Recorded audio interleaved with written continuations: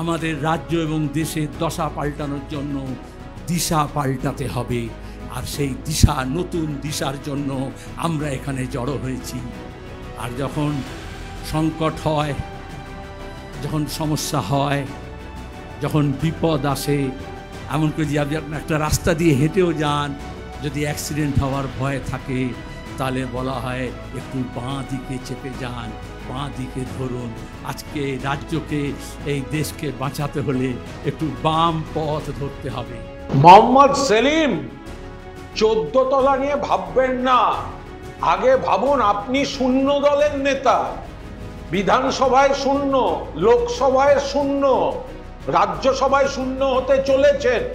আর আপনি নিজে আপনার সুবিধা মতো, বিস্তারিত বলছি না, আপনার সুবিধা মতো আসনে বেছে বেছে দাঁড়ান, বেছে বেছে দাঁড়ান, প্রত্যেকটা জায়গায় হেরে আসেন।